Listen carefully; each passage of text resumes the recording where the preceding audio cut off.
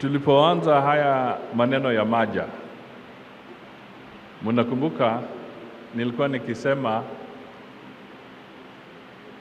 tuko kwa coalition, na hiyo coalition ina mawe tatu. Waanzilishi wa coalition walikuwa UDA, ANC na Ford Kenya.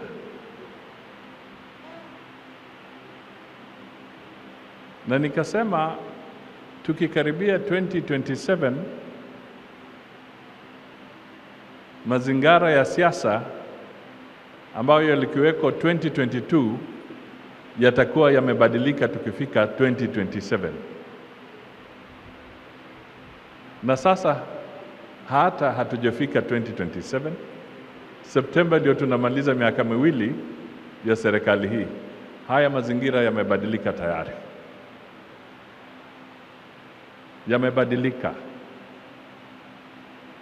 It is not going to be the same. It is different.